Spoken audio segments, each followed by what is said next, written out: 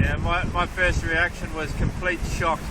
It was unexpected, and we felt we were comfortable in the conditions.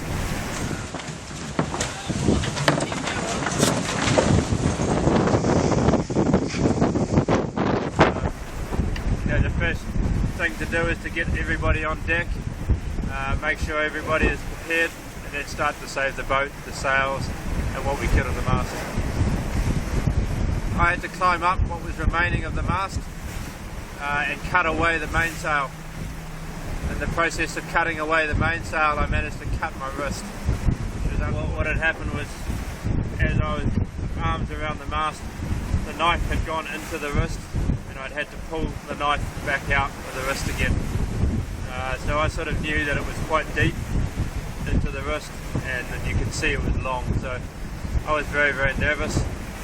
When I returned to the deck, apparently I was as white as a ghost, and Martin Krita and Martin Stromberg saw this and took me aside away from the damage and into a safe area to inspect what had happened.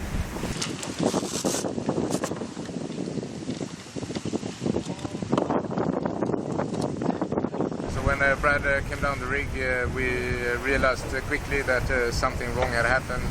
There was quite a bit of blood coming down from the rig, and we could see in Brad's eyes that he was in shock. After we've just stopped the bleeding, we brought him downstairs to a more secure spot because there's a lot of things hanging down from the broken mast. And after we talked to Dr. Antonio, our team doctor, we decided to staple him together. So we took out the staple gun and put 5 staples in him.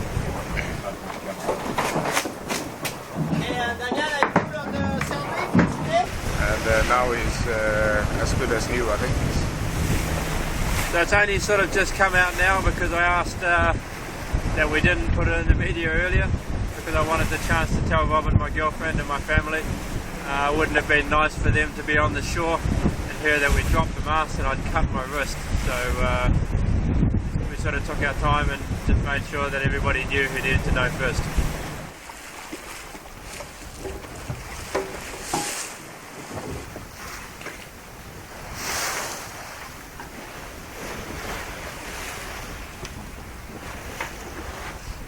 Essaye de gagner ça de surface.